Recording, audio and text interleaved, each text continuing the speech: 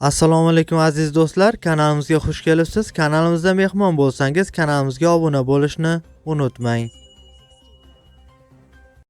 O'zbekiston Markaziy bank tomonidan belgilangan xorijiy valyutalarni O'zbek so'miga nisbatan 10-avgust kuni uchun amal qiladigan qiymatini e'lon qildi.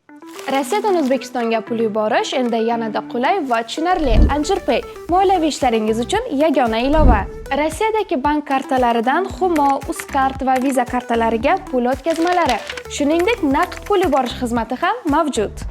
Kommunal xizmatlar, internet, TV, jarimalar, soliq va kredit to'lovlari 24/7 qo'llab-quvvatlash xizmati.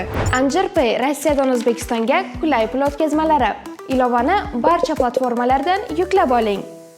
Ko'ra dollarning rasmiy kursi 36 so'mga ko'tarilib, 1 AQSh dollari 11.952 so'm tashkil etdi. Bundan ko'rinadiki, 100 AQSh dollari 1.195.210 so'mga teng bo'ldi. Yevro kursi esa 30 so'mga ko'tarilib, 1 yevro 13.779 so'm tashkil etdi. Bundan ko'rinadiki,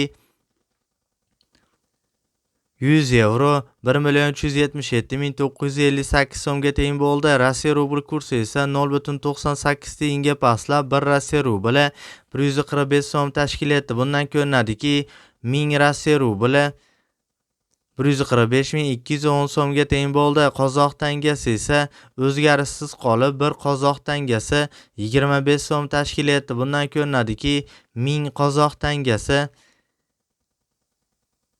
25.450 so'mga teng bo'ldi. Eslatib o'tamiz, O'zbekistondagi har kunlik dollar, yevro, rubl hamda qozoq tanga kurslarini kuzatib borishni istasangiz, kanalimizga albatta obuna bo'lib, qo'ng'iroqcha tugmachasini bosib qo'yishni unutmang.